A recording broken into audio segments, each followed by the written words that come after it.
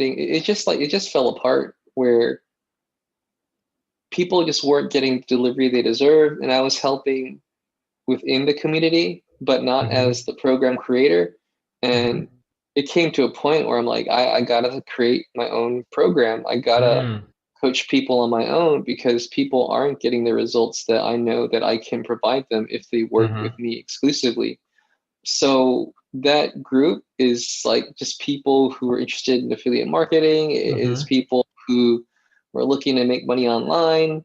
But Mm-hmm. now I feel it's coaches and Mm-hmm. consultants, and it's specifically coaches and consultants who are relationally driven, who are big on care, who are Mm-hmm. big on intuition, and because of that, they suck at systems and processes that they need to make consistent sales and income, right? So like Gotcha. that's the market. Like that's what I've designed, and I know because I've had a few clients from CrowdScale, like Aurelia and Tammy and Christine, and I Mm-hmm. know firsthand like that's what they struggle with, right? Mm-hmm.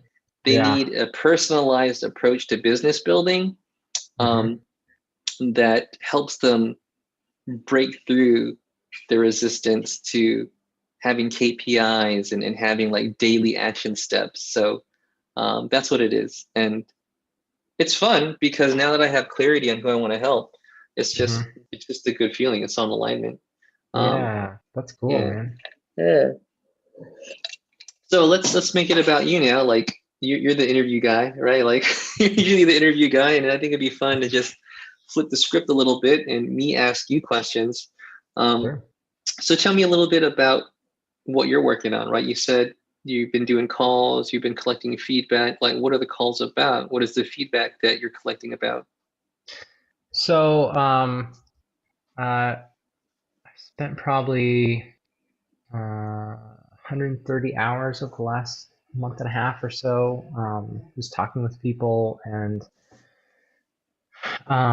spending a lot of time lending my perspective to, what their business is and listening to some of the problems that they've articulated. And something that comes up pretty frequently is a lot of these business owners are overwhelmed with the amount that they're trying to do in their business and they're not seeing Oh yeah, results. yeah, yeah. Or they're so overwhelmed that they're not doing much. They're just like kind of Mm, frozen. It's like I don't know where to start. And so as I've talked more about like, well, tell me about that. Like, tell me what the issues that you have. It's like, well, I don't know, exactly what I should be doing that's right for me. I need like a step-by-step system. I know I need to get out in front of people, but I don't know how to do that. I know community is important, but I don't know how to build community, those sorts of things. So, as I've just been listening to, where people are struggling, I've been putting together a program called 5 Minute Facebook Groups so that mm, um, they can have a story that clearly communicates the value of what they do for people, that's repeatable, that's easy for people to understand, and then they show their community the kind of culture that they want to kind of replicate and grow itself so that they can run their business. Once they've set it up in a few weeks, they can do that in 5 minutes a day. Once it's set up and that culture is built and they have the Facebook group and a big space that can scale, then just maintaining it is really simple. It's 5-10 minutes a mhm. day to just keep doing the KPIs of, like you said, of the things that your business has to do. You can get those off your plate and out of the way so that you can focus on stuff that really matters to you, like getting in connection with people, having those conversations where transformation happens. And Mm, so, mhm, mhm. so that's the goal, is to help people know Yeah. exactly what to do and give them an option to be able Mhm, to do a lot less in their business, take a lot of the strain of marketing off their plate. So mhm, somebody can just show them, just do these things.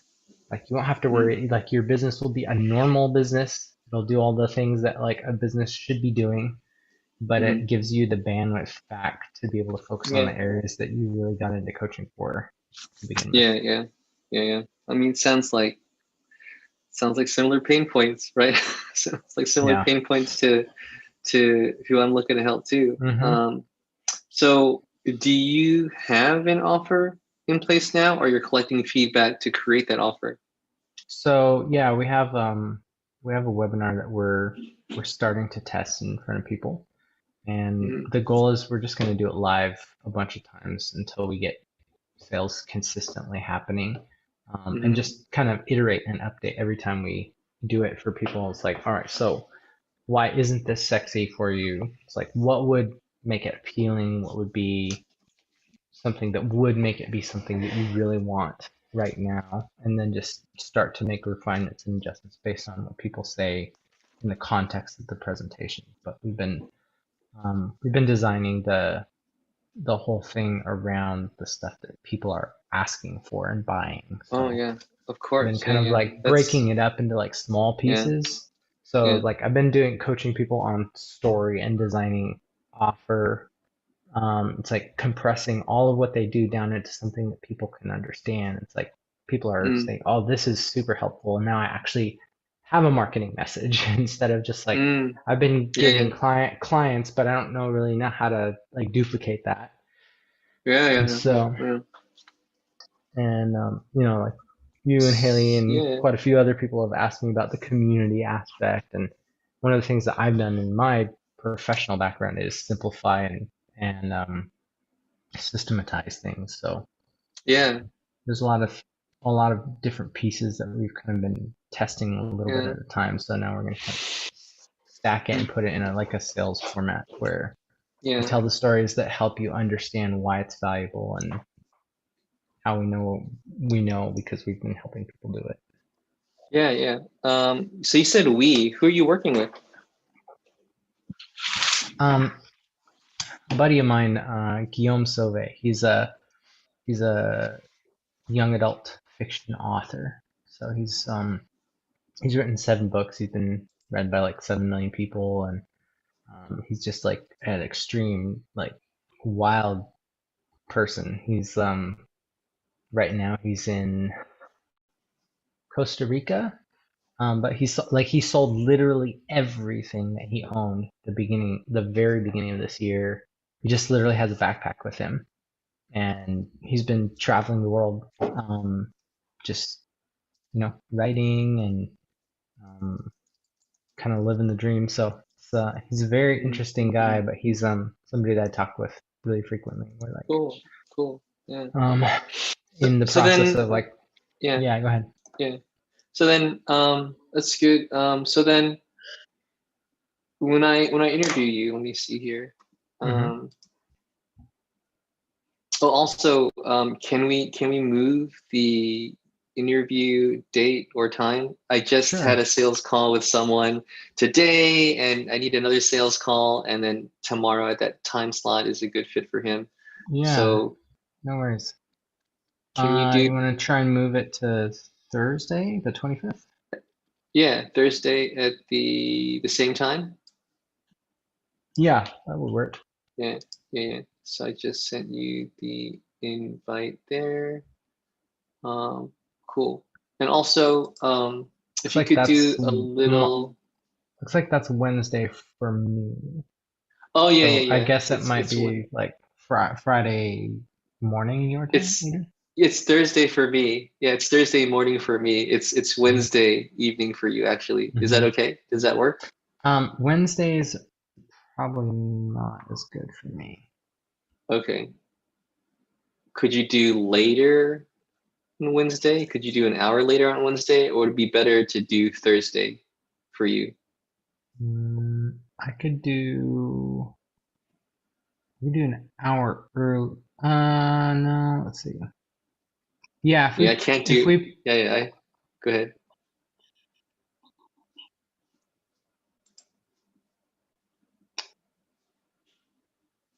yeah, let's if we push it,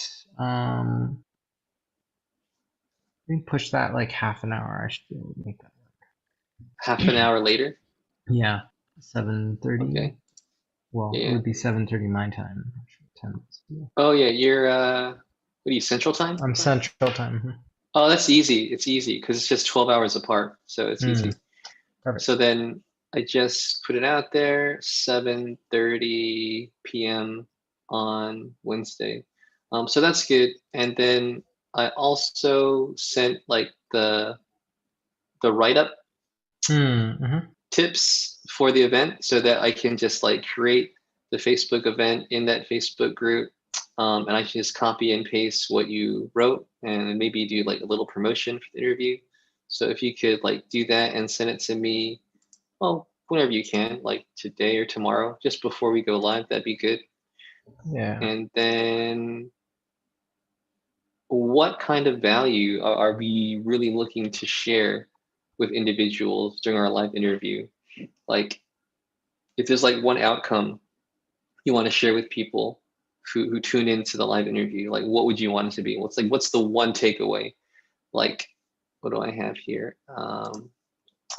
Agni did something like increase your self-awareness to dissolve success blocks. Like that's what we're calling her live interview. Because do people know who Agni is? No, they want to know why they're going to tune in the interview, right?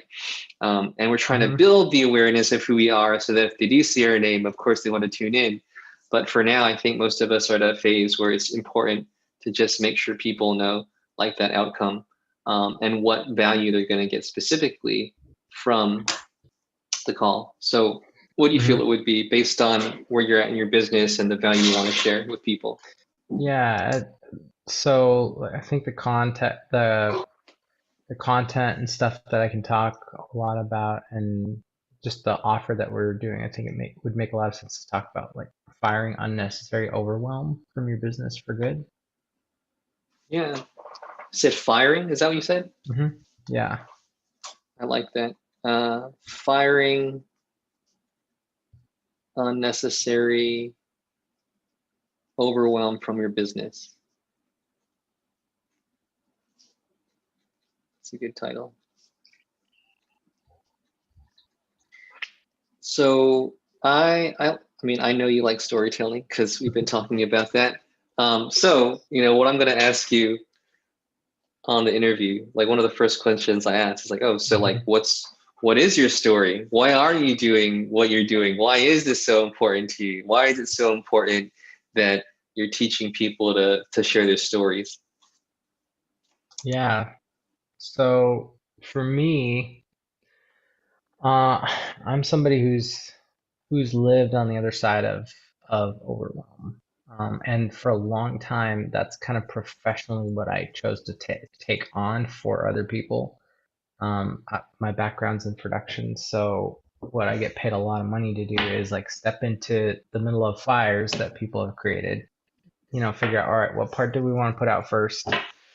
And it's just juggling chaos all the time. But I got to the point where, I was leading teams at high level media organizations, and I realized like I haven't had a real vacation ever since I've graduated from college. So How I long ago was need that? How long ago did you graduate?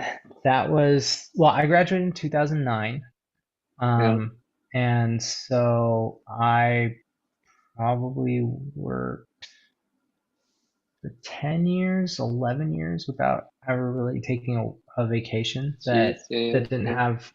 I mean, I did like work vacations where like I booked something and I'd be working and it would be a retreat event or something like that, but it's like I never was actually off. So I got Yeah. to travel a little bit. I got to see some places. I got to be in some, nice venues, that sort of thing. But I was always working. And because a huge part of my career was working with churches, I almost never had weekends off either. Oh, yeah. Yeah. So my Yeah. wife and I were like, we need to fix this. We need to have Yeah. some time. So um, I was working at a job, and I was thinking about, I need to get my team to a point where I can completely step away. And that Yeah. took me about 2 years to get to Mm, that place. Like, cause I had trained teams where, yeah. um, I had taught, I had taught people who didn't know anything about technical stuff how to do really highly complex technical things, but I was always supervising. I was always like the safety net. Yeah. And I realized like I needed to take myself completely out of the roles that I was leading. And so I was able to do that. I was able to finally get my team to the place where I didn't need to be on site. I didn't need to be Mm-hmm. part of the process. So I could be Mm-hmm. completely disengaged. And so I was able to Mm-hmm. take my wife, my parents, my sister. We all went to Yeah. Hawaii. Yeah, I saw that post. Yeah. Yeah. It's Yeah. a good So story. I like that post. Yeah. yeah, and that's I mean that's the thing is like when you haven't done it before, it takes a lot of work. And but that was the kind of the catalyst of realizing like I, I don't actually I mean I enjoy work, I do, but I Mm-hmm. Of also like time with my family. I also like being able to course. like have Yeah. those moments where I'm clear and I realized like I want to be able to regularly have that ability to step away. And so now it's like a part of the lifestyle and the mentality that I think about is like how do I build this into whatever I'm creating? And Mm-hmm. so like it was that process of never having a break and realizing like I need to have that not just be an option but like that be the life be available as part of the lifestyle. So that's what I Mm-hmm. want to help people to be able to do. Yeah, yeah. So for people who feel this overwhelm, for people who feel that they're trying to do too much in their businesses, and because they're trying to do too much, they're just again, it's a lot, and they don't know what to Hmm. do. So they're stuck because they're overwhelmed, or Hmm. they're overwhelmed and they're doing too much, and they're just stressed out, and they're not enjoying what they do. They're Hmm. not spending time with their families, like we're talking about. And as a dad, as a family man, like I totally get that too. Yeah. So the question is like, so people who are experiencing this in their business, like what is like the first thing you would suggest or recommend that they do? People who are Uh, feeling this overwhelm, people that they feel like they have too much on their plate. yeah, absolutely. So the idea is that the first thing you really need to do is you've got to start firing the unnecessary things that you don't need to be Mm, doing. There's some mm, things that there's some things that you can do, but that you could give to somebody else. There's some things that you can do that nobody needs to be doing in your business, and there's some things that like you can't escape. They have to be done, and you have to do them. Um, and you've got to find a way to make those things fun.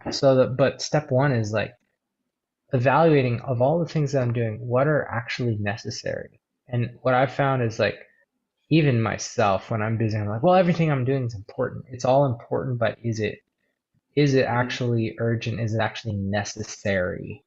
And I found mm, that there's a lot of things that you can actually you say, you know what? Here are my top three priorities. All the rest of the stuff's like these are nice to haves. These are things that I want but aren't needed. And so like learning how to say no to some of those things and like fire some of that stuff. You may find you only mm, can do that with a few things, but that can free up a little bit of bandwidth to start breathing. And then the second step is like, so of the things that still have to stay in your business, what are the things that only you can do that you can't give and delegate to anybody else? How do you make those things fun?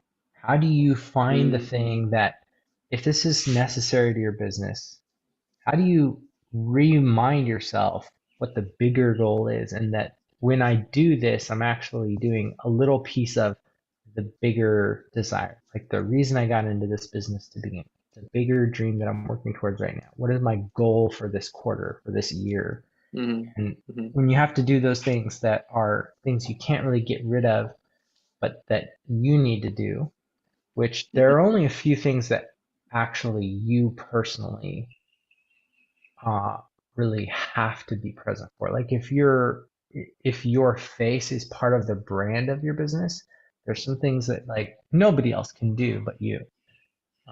But there's a lot of like admin tasks, executive type mm, things, even like boring stuff like outreach, accounting, that kind of thing. Like mm, there's ways to mm, learn to delegate those. And so that's the yeah. that's the third step is for the stuff that you can find a way to give away.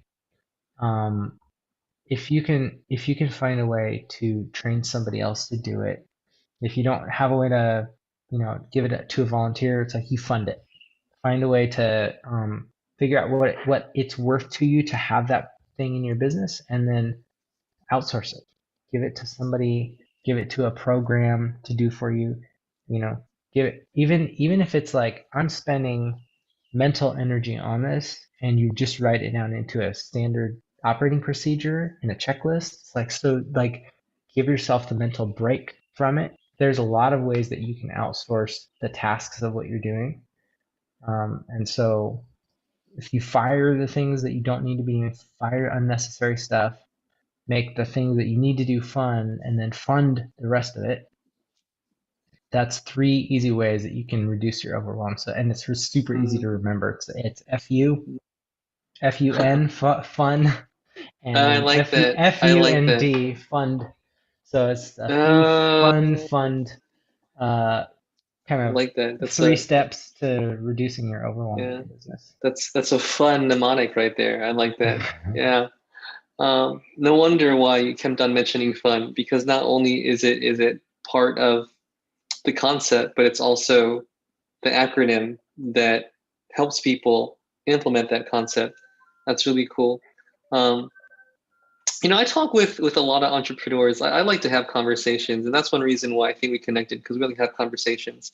Mm, I've had conversations with some entrepreneurs that say like fun in their business is very important. If things are not fun, then they don't want to mm, do it. And I've also talked to other entrepreneurs that say that fun is actually not that important. Like it's important that they're achieving, that they're being mm-hmm. profitable, that they're scaling a business. So, what are your thoughts on that? Because I know that you're emphasizing the fun aspect of business. So would you say that these people who say that fun is not important are doing it wrong? Would you say that your ideal client are people that prioritize fun? What are some of your thoughts on this? Yeah, so I mean, I want to be careful of lumping everybody into a bucket. Of And, course. I'm Yeah. very specific about that because the kinds of clients that I tend to be attracted to me are very reticent about absolutes. So, but that Mm, actually happens to be something that kind of is part of my nature. So I wouldn't necessarily say that they're wrong, but it's certainly somebody who probably would find a lot of value in my own philosophies, the way that mm, I have found I've been able to get myself to do work. For yeah. me, it's very important to have fun as a part of um, how I do things. In fact, it's like I can't not make something fun. If it's Mm, repetitive, if it's something I got to show up to work to do every day, it's like I'm going to find a way to turn it into something fun. Otherwise, I can't like it will drain me, and yeah. I'll try to get away from it. I'll Mm, quit. I'll avoid. I'll procrastinate. If mm-hmm, it's not fun, it's something that I'm constantly looking for a way to uh, run away from. And mm-hmm, and for me, like I just realized, my buddy and I pretty recently in a long call, we had this huge breakthrough moment where we realized like we're super normal. We're like, there's not a lot that's special about us. We've happened to have done some things that are kind of notable and like are great to say and are flashy in marketing. But like, sometimes we feel lazy. Sometimes we feel like there's nothing special about us. And really, the reason that we're doing the things that we're doing is like learning how to market ourselves better, learning how to grow business and make more money online is because like we just want to have fun. We just want to have a fun life. And so, a part of the reason that I talk about fun is like it's kind of what I look for. It's one of those values mm, that like I always try to find like, well, what is the fun thing about what we're doing? Because there are mm, lots and lots of people who are plenty willing to talk about what they hate about it. They're eager to tell you about like why, oh, this is the worst because this and that, and it's like I don't love like recycling that negative energy in my awareness. I like finding like, well, what's the part that's like I get to do this? What's the part that like I can have fun in this aspect of like if I have to do it, like why not enjoy it? And a lot of that's a choice. yeah. So Yeah. I like how you put that. And I'll be honest with you, as an entrepreneur, when I first started about a year and a half ago, I was one of those individuals where fun wasn't important to me. It was just like low on the priority list. I was like, all right, helping people, delivering, being of service, even if it's not fun, um, making sure that my business is getting the results that are important. But then I think just based on like this community, the Freedom Initiative, a lot of the individuals I've connected in it, I think fun is important to this demographic of business owners, of coaches, of heart-centered entrepreneurs, as we say over and over again. And I Mm-hmm. started to have some JVs with individuals where I said, like, so this is what we're going to do. We're going to help a lot of people and make a lot of money. And they started saying, like, yeah, but let's also have a lot of fun. I'm like, I guess so. And because I'm working with these people where fun is important, I Mm-hmm. said, wow, like it can be fun. Like we can help people and be Mm-hmm. profitable and have fun. And it does make the overall experience that much better. So I really resonate with your message of fun, and that implementing that aspect of fun being a way to reduce the overwhelm. Mm-hmm. Yeah, I resonate with what you're saying because like my background, I come from church. Like I've Mm, done a lot of work in nonprofits and ministry, and one of the high ethic values in that culture is sacrifice. Like it's mm, rewarding to give and like show up yeah, even when you don't feel like it because you're yeah, doing it for this bigger yeah. reason. It's like this something that everybody's pulling towards. And what I've found is like that is a foundational fundamental principle that you have to kind of learn. Is like life is more rewarding when it's as much about everybody else as it is about. But once Mm, you've kind of got that brick in place and that's where you're starting from, then what you have to find is like, okay, now that you understand that, the next thing that you need to learn is you have to be sustainable. Like there's nobody else is going to check in with you and say, how are you mm, doing? Are you healthy? Are you sleeping? Are you making sure that you're doing things that you enjoy? It's like if all of the stuff that you're doing, pouring out and giving, which is to me, it's a huge part of my philosophy. It's like a big part of the mm, reason I exist is to serve other yeah, yeah. people. Mm, But if you're not doing it in a way that is giving you energy and mm, sustaining that ability to give to others, then mm, like you're running out of runway really mm, fast. And mm, that is the next stage that you kind of have to learn. And I think a lot of yeah. people stay in that early stage of fighting, like, well, I want the things that I want, and they're not Mm, truly able to like release and like realize the beauty that comes from just a life of service.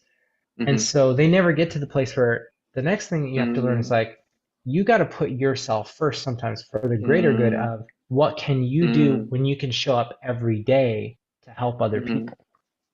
And yeah. so for me, that's kind of where the fun element comes into play. Is like Mm, it's one of those things that turns anything that you're doing into fuel for you.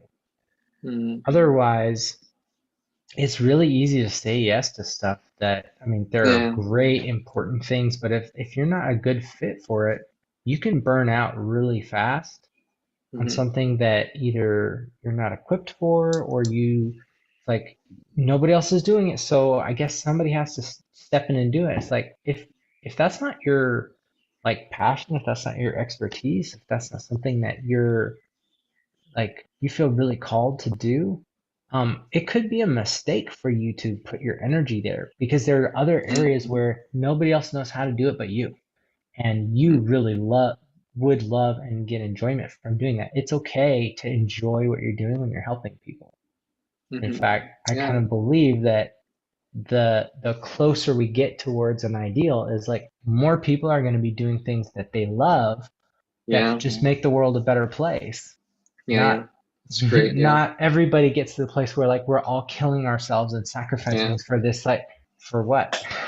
Yeah. Yeah. This is so good. This is so good. This is good practice. I feel like this could be the live interview. It's that good. Like I feel the ideas and the concepts and the conversation is flowing. But again, we can talk about some of these things the next slide, and we can elaborate. Perfect. I want to share a little bit about that background, because you say that you come from a heavily, how would you say it, faith-based, a churchgoer? Like, Yeah. how would I've, you, yeah, I've intentionally spent a lot of my career yeah, working at high level organizations in the ministry and uh-huh, nonprofit sector. yeah. So a lot of people don't know this about me, but I have a lot of experience with church communities and Mm, with Christianity. And the story is quite interesting, where I was growing up. It was time for me to go to elementary school. My parents are not faith-based. They're not Christians, but they wanted to send me to a good school. And the public school that I was supposed to go to was not a good school. So they opted to send me to a private Christian school from kindergarten to eighth grade, even though mm, they're not Christians. So the next thing you know, like my family, my mom and my dad, like we're going to church on Sunday when that's something they've never done before. I'm mm, learning about Jesus and Christ and God and self-sacrifice and community when that was never anything they ever learned about. So I mm, share that with you because like I know all about that aspect of the communities that you're a big part of. And mhm, also share that because I think when you're around those values, that it becomes easy to normalize sacrificing so much for the good of the community and mhm, not nourishing or taking care of yourself. And I know as a family man that this might relate to you also. Uh, Sometimes when you have this mindset, not only are you sacrificing for the good of your community, you're sacrificing your own needs and your own wants and desires. You're also kind of sacrificing for your family. Like you're mhm, not putting your family first when they should be first. mhm. And I see you Yeah. nodding your head. Sounds like, it's one thing to like give to the community and help everyone. But when you become a family man, it's like, whoa, maybe I Mhm, really do need to take a step back because I am not just like overextending myself. I'm overextending myself. I'm not being mhm. available for my family. I'm not going on vacation, right? I'm not spending Yeah. time with my loved ones. Absolutely. That's a huge, huge pain point in the church community. My first business, which was a partnership with a pastor, we sold like 15,000 books to pastors who that was exactly their problem. It's like I have so much responsibility. I'm overwhelmed running my church. Like I've got to find a way to create evangelism in our community and disciple my congregation without me having to be the Mm-hmm, resource. mm-hmm, Because like so many pastors go through school, they're taught how to study the Bible from an academic perspective.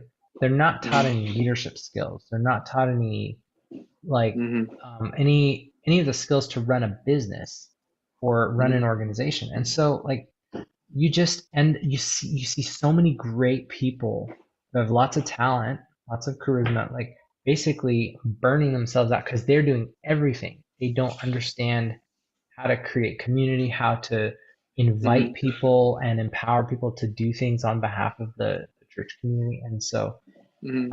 yeah, it's a thing that is not uncommon in the Yeah, church community. And having run a lot of um, like church ministries, uh, recruiting and teaching volunteers. Like what yeah. I Mm-hmm, learned really fast is you can burn volunteers really bad, and they mm-hmm. sometimes they'll have a bad church experience because they get involved with somebody who just like drives them into the ground. It's like whatever you have you're willing to give, like well, I'll take it and I'll just suck more and more and more out of you.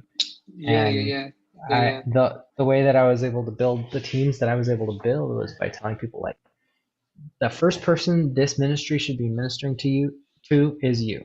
If Yeah, I'm yeah, yeah. not serving you and this isn't making your church experience better than you not being here and serving other people, I'm doing my job wrong. Hmm. And so, like, anytime that you feel like you need a break, anytime you want to change, anytime that something's not right, we need to talk. That was an integral Hmm. part of like how I ran my ministry teams, and like it had a lot of success because not a lot of people were doing that, and um, I saw over and over lots and lots of ministries burn their volunteers Yeah. out, just like checked Hmm. out, would never join and help again. Yeah. Yeah. Yeah. And I've It's never, unfortunate. yeah, Yeah. I do got to hop off in about 5 minutes. I got sure, another Zoom coming up. I think it's really yeah, good. A few things there. And again, we can talk about some of these things on the next yeah. interview, on the Is real there interview when we go live. any So objectives for the interview that you want to make sure to like that I should know about, or no, that not like you kind of not want to really. Like position? it's really like it's really just a space Hmm. for you to share your story, your values, do a little call to action at the end Hmm. for whatever you want it to be. Like, hey, send me a Facebook friend request, send me a Yeah. message, check out this other piece of content that I have for Hmm. you, whatever you want.